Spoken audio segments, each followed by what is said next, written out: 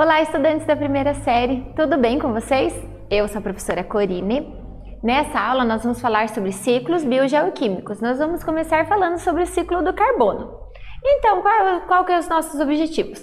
Nessa aula vamos conhecer o ciclo biogeoquímico do carbono, além de compreender a forma como ocorre a interferência humana no ciclo. Olha, por que biogeoquímico? Bio porque tem vida, seres vivos.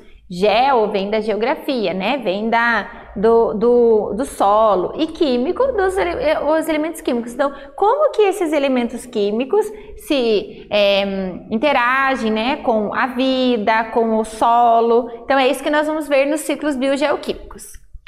Então, você se lembra que o meio ambiente são as relações dinâmicas. Quando eu falo em meio ambiente, eu não estou falando da natureza, aquela que fica intocada, aquelas paisagens maravilhosas. Não, estou falando da relação dessa natureza com o homem, né? As relações dinâmicas envolvem tanto os aspectos naturais quanto os aspectos sociais. E o que a ecologia estuda mesmo? Estuda essa relação, a ecologia estuda a casa, né? Estuda as relações ecológicas dos seres vivos entre si e também com o meio, né? Os impactos, as consequências globais das atividades humanas, a ecologia vai estudar isso. Então, olha, vamos ver essa conversa, vamos bisbilhotar na conversa dos dois estudantes. Olha só, você sabia que qualquer ser vivo atual tem unidades, que são os átomos de carbono, que vieram das estrelas anteriores ao nosso Sol? Aí o outro fala, isso é um absurdo! Como que esses carbonos poderiam ter chegado até o meu corpo? E aí, gente, vocês acham que a origem desse elemento pode ter vindo das estrelas? Vocês já ouviram falar que nós somos produtos de poeira das estrelas? Veja que chique. Mas será que tem isso? Não. Será que a gente tem elementos químicos que podem ter vindo das estrelas, que podem ter vindo de outros locais antes do nosso Sol? Será que tem relação? Então vamos ver. Sim, a resposta é sim. Olha, o carbono é o quarto elemento mais abundante no universo. Então, eu não estou falando só dos seres vivos, não estou falando do planeta Terra. Estou falando de todo o universo. O carbono é o quarto elemento que tem maior quantidade. Então, provavelmente, eles vieram quando a Terra estava se formando, quando o nosso planeta quando o universo estava se formando. Eles vieram, né, e vieram de outros locais, né, através de meteoros, quando a Terra começou a ser formada, né? Então ela provavelmente pode ter vindo sim de estrelas. Então somos produtos de poeira das estrelas, né? Então ela está presente na atmosfera, na hidrosfera, na litosfera, na biosfera. Então todos os seres vivos têm carbono, as plantas, né? O ar, o solo, a água tem carbono. Então ele é o quarto elemento mais abundante. Por isso que ele é muito importante conhecer sobre o carbono e conhecer o ciclo do carbono. Então, olha, quando a gente estuda o ciclo biogeoquímico, a gente também fala muito nas atividades humanas. Como que o homem se relaciona com esse meio ambiente, né? Porque o ser humano, ele é um agente geológico. Como assim biogeológico? Ele é um ser vivo que tem capacidade de transformar esse meio que ele está. Então, ele vai interagir, né? Ele vai ajudar a transformar o ambiente. Desde que o homem surgiu, né? Desde que ele que surgiu, digamos, vamos imaginar lá, por exemplo, quando o homem descobriu o Brasil, né? Como que era o ambiente antes de descobrir o Brasil? Como que é depois? O homem transformou esse ambiente? Houve uma interação do meio com o homem? Sim, nós podemos ver que sim. Então, o homem ele está envolvido nessa transformação biológica, né? Por isso que tem essa imagem, olha, é todo um ciclo, né? Um depende do outro, um está relacionado com o outro. A gente pode considerar que os processos da biosfera têm interferência humana? Será que sim? Se eu pegar nesse exemplo, por exemplo, que eu falei, da descobrimento do Brasil. O homem interferiu no meio? Existe a interferência do homem? A gente pode ver a interferência humana na biosfera? Sim, né? O ser humano ele cria interferências na biosfera, né? Pode ser em maior escala do que os outros animais. Por que em maior escala que os outros animais? Porque a gente, quando quer construir nossa casa, o que a gente faz? A gente retira os seres que estavam naquele local e constroem a nossa casa. Os outros seres, eles se adaptam àquele ambiente, né? Então a gente tem uma interferência muito maior, a gente tem interfere no aspecto biológico, né? E vai se refletir no aspecto geológico. Então, toda uma relação ambiental, né, do homem com a natureza. De que forma que os ciclos biogeoquímicos se relacionam com essa discussão? Por que se eu vou falar sobre ciclo do carbono, por que eu estou conversando com vocês sobre isso primeiro? Porque existe essa relação do homem com o meio. Nós somos parte integrante da natureza. Nós interferimos diretamente nos ciclos biogeoquímicos. Por isso que é importante a gente entender a nossa relação com esse meio. Então, como que a gente se relaciona, né? Ele é um agente biogeológico, envolvido nas transformações biológicas que vão ocorrer no meio ambiente, né? E, atualmente, a gente pode considerar que os processos naturais da biosfera sempre vão ter interferência humana. Então, a gente ouve hoje falar em efeito estufa, aquecimento global, tudo isso é interferência do homem. Existem os processos naturais que caminham para isso? Existe. Mas a interferência humana acaba acelerando esse processo. Então, por isso que a gente tem que sempre se colocar, né, e se questionar e analisar e pensar, né, qual que é a nossa influência com o meio. Como que eu quero deixar aquele meio ambiente para eu viver e para as outras gerações. Então, é importante esse questionamento. Então, o período antropogênico. O que é o período antropogênico? É o período em que o homem surgiu. Desde que o homem surgiu e começou a manipular esse meio, né, a seu favor, ocorrem as interferências do meio ambiente. No meio ambiente, né, ela tem a evolução do ser humano. Por exemplo, hoje, cerca de 8 bilhões de toneladas de carbono são emitidas na atmosfera. Então, se eu olhar aqui nesse mapa, eu estou mostrando um mapa antigamente, e esse em vermelho é a quantidade de carbono que era lançada na atmosfera há um tempo atrás, lá no começo, quando o homem começou a se interagir com o meio ambiente.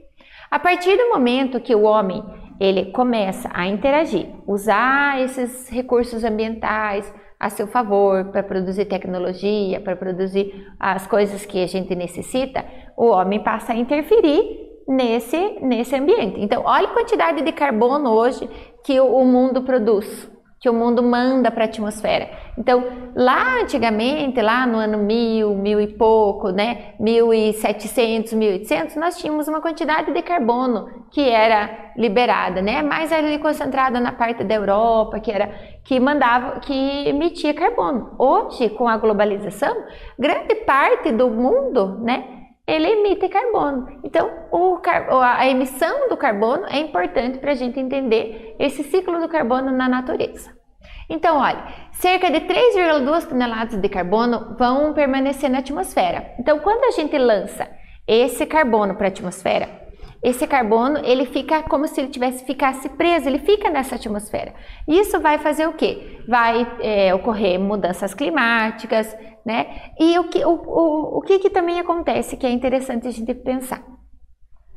Antes, a nossa atmosfera ela tinha uma composição química, tinha uma quantidade dos elementos que existiam.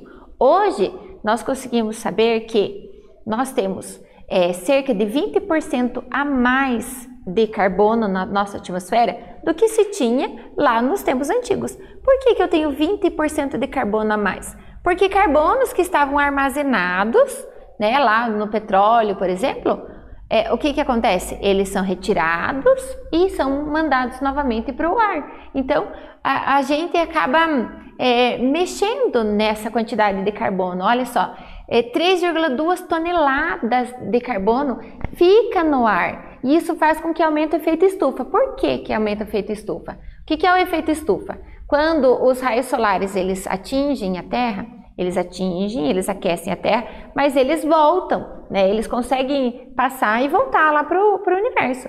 Acontece que o carbono ele funciona como se fosse um cobertor, ele meio que segura esse calor. Então, o calor vem, as ondas vêm, e quando elas batem nesse carbono, ela acaba voltando para a Terra. Então, acaba ocorrendo um aquecimento da Terra. O restante desse carbono, ela é ele é absorvido. As plantas absorvem carbono para o processo de fotossíntese, elas não pegam gás carbônico, transformam em glicose, então elas acabam absorvendo. Mas o que o homem faz? Lança esses carbonos e desmata e retira as florestas, retira as plantas. Então acaba que o saldo lá é muito maior do que a retirada. Então vamos falar sobre o ciclo do carbono. Ou ciclagem da matéria. Ciclo, por que ciclo? Porque eu tenho um início e eu tenho um fim no mesmo lugar. Então eu posso iniciar explicando nesse ponto, eu vou chegar no mesmo ponto, posso iniciar nesse ponto, vou chegar no mesmo ponto. Então um ciclo, né? Um depende do outro, uma relação depende da outra. Então a matéria, ela cicla, a matéria, ela está nesse processo de ciclagem, né? E ela vai passar por transformações. E o carbono, ele vai passar por transformações durante esse período. Por exemplo, quando eu tenho carbono no ar em forma de gás carbônico. Então, o carbono está associado com o oxigênio, eu tenho gás carbônico. Quando as plantas pegam esse gás carbônico mais a água e através da energia do sol, ela transforma esse carbono em glicose. Então, o carbono está presente ainda na natureza, mas agora ela já veio, ele saiu daqui em forma de gás e agora ele está formando glicose. Ok, formei glicose. E daí? Os seres vivos que se alimentam, os consumidores, eles vão absorver essa glicose, não, absorve o carbono. O carbono passa a fazer parte da constituição dessas células e também ela forma o gás carbônico, que é mandado novamente para o ar, que as plantas vão absorver no processo de fotossíntese, vem os animais, se alimentam desse carbono, põe no corpo dele, compõe o corpo dele, depois volta. Então, por isso que é um ciclo, né? Então, olha, a gente a planta pega a água mais o carbono que está no gás carbônico e transforma mais a energia do sol e transforma em glicose. Ó o carbono aqui. Ele saiu do ar, do gás e veio para cá, glicose. E aí o que acontece? Na respiração, a gente pega esse carbono, que é a glicose, mais o oxigênio e respiração celular, né? A gente pega a glicose mais o oxigênio, transforma em elementos para o nosso corpo, mas também libera gás carbônico, né? E água e energia para o ambiente. Então, ali a gente vê um ciclo do carbono. Então, olha, observando nesse quadro aqui, olha, como que o carbono ele vai mudando dentro da atmosfera, dentro do ambiente. Então, vamos começar pensando no carbono da atmosfera, ok? Lá na atmosfera eu tenho o carbono em forma de gás carbônico, é associado ao oxigênio, né? Então eu tenho, quem que vai capturar esse gás carbônico? As plantas, elas capturam, elas pegam esse carbono através do quê? Através da fotossíntese, então ocorre uma captura do carbono. Elas vão transformar em glicose e os outros seres vão se alimentar das plantas, vão pegar essa glicose, né, esse carbono que estava lá nas plantas. Através do metabolismo da respiração celular desses seres, ela vai sintetizar esse carbono, quebrar a molécula de glicose, sintetizar o carbono e vai devolver para a atmosfera o carbono em forma de gás carbônico novamente. Então, o carbono estava no ar, passou para a planta, transformou em glicose. A gente pegou essa glicose e transforma de novo em gás carbônico. Outro processo também que libera esse carbono é na decomposição. Quando os seres morrem, eles vão ser decompostos. O que acontece? Os micro-organismos vão pegar esses elementos e vão devolver para o solo. E eles vão metabolizar esses elementos. Então, eles acabam também lançando gás carbônico no solo. E também gás carbônico e o metano, né, que é o CH4. E também no processo de combustão. No processo de combustão, libera o gás carbônico. E olha que interessante. Lembra que eu falei que atualmente nós temos 20% a mais de carbono na atmosfera do que tínhamos antes? Por quê? Lembra que existe a captura de carbono? Então, quando um ser vivo morre, todos os carbonos que estavam nele ficam armazenados. No processo de decomposição, eles voltam. Mas ocorreu, né, a formação do petróleo. O que era o petróleo? Plantas e animais que morreram, só que como eles não entraram em contato com o oxigênio, eles ficaram em condições especiais, esse carbono que estava armazenado deles não voltaram para a natureza, não voltaram para a atmosfera. Ele estava lá guardado, armazenado. O que o homem fez? O homem vem, retira esse carbono, faz os combustíveis e começa a liberar esse carbono. Então, o carbono que estava armazenado, a Terra estava em equilíbrio porque eles estavam armazenados. Aí eles começam a vir, né, de uma velocidade muito grande esse carbono para a atmosfera. Junto com isso, retira-se as florestas, que são uma forma de capturar, né, do sumidouro de carbono. Então, por isso que a gente tem um índice maior, né, de carbono. Vamos lá para uma atividade. Olha, o ciclo do carbono na natureza pode ser representado dessa maneira. Então, eu quero que vocês analisem o ciclo do carbono aqui, pensem quem seria o número 1, o que seria o número 2, o número 3, o número 4 e o número 5. Vou dar um tempinho para vocês pensarem e volto com a resposta.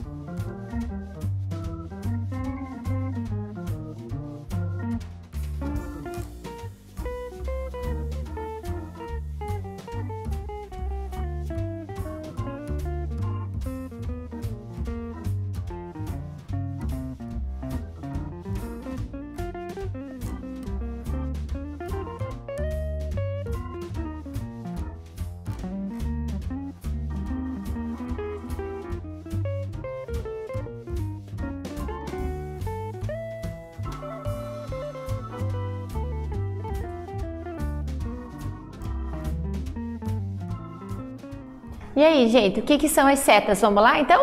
Olha, o 1 representa a fotossíntese. Por quê? Eu não tenho carbono na atmosfera, não está sendo capturado? Quem captura? Os vegetais. O 2 é a nutrição. Lembra que eu falei que a gente se alimenta de plantas, que a gente pega a glicose? Então, são os animais, a nutrição. Nós entramos nesse processo. O 3 é a respiração. Então, o que acontece? Todos esses animais respiram e, através da respiração, libera carbono. O 4 representa a combustão. Lembra? Peguei aquele carbono que estava armazenado lá, né, no petróleo e libero em grande quantidade para a atmosfera. E o 5 eu represento os decompositores. Olha só, os decompositores, eles vêm e também liberam carbono para o ar. Vamos lá ao ciclo do carbono. Lembra que eu falei que tem interferência humana? Olha aqui, ó, um exemplo. Eu tenho o ciclo do carbono, que vem do ar para as plantas, das plantas para os animais, dos animais de volta para o ar, o ciclo do carbono. Mas quando eu tenho erupção vulcânica, eu também tenho a liberação de carbono, que é um processo natural.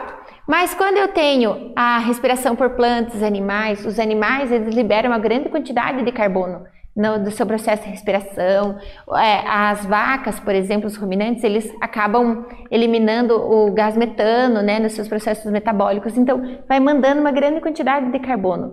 Como hoje eu tenho essas criações de animais em grande quantidade, acaba aqui mandando, aumentando a quantidade de carbono lá no ar. Eu também pego os combustíveis fósseis que estavam guardados lá e eu retiro, faço a queima desses combustíveis fósseis, estou mandando o carbono carbono, retiro as plantas que fazem esse, que são como um sumidouro, né, que retiram esse carbono. Então, um exemplo aqui de interferência do homem. As queimadas, quando eu pego a vegetação e queimo, libera uma grande quantidade de carbono para o ambiente, né? Então, também são processos que a gente faz, né? Também a indústria, né? A superfície oceânica, eu altero essa superfície oceânica que eu consigo mandar mais carbono para o ambiente, né? Retiro vegetação, elas não conseguem fazer o sumidouro. Então, são exemplos da atividade humana agindo diretamente no ciclo. Um exemplo aqui é o ciclo do carbono. Vamos para mais uma atividade do Enem. O ciclo biogeoquímico do carbono compreende diversos compartimentos, entre os quais a Terra, a atmosfera, os oceanos e diversos processos que permitem a transferência de compostos entre esses reservatórios. Os estoques de carbono armazenados na forma de recursos não renováveis, por exemplo, o petróleo, são limitados, sendo de grande relevância que se perceba a importância da substituição de combustíveis fósseis por combustíveis de fontes renováveis. A utilização de combustíveis fósseis interfere no ciclo do carbono, porque o que ele provoca? O que acontece? Por que a utilização dos combustíveis fósseis interfere no ciclo do carbono? Vou dar um tempinho para vocês pensarem e já volto com a resposta.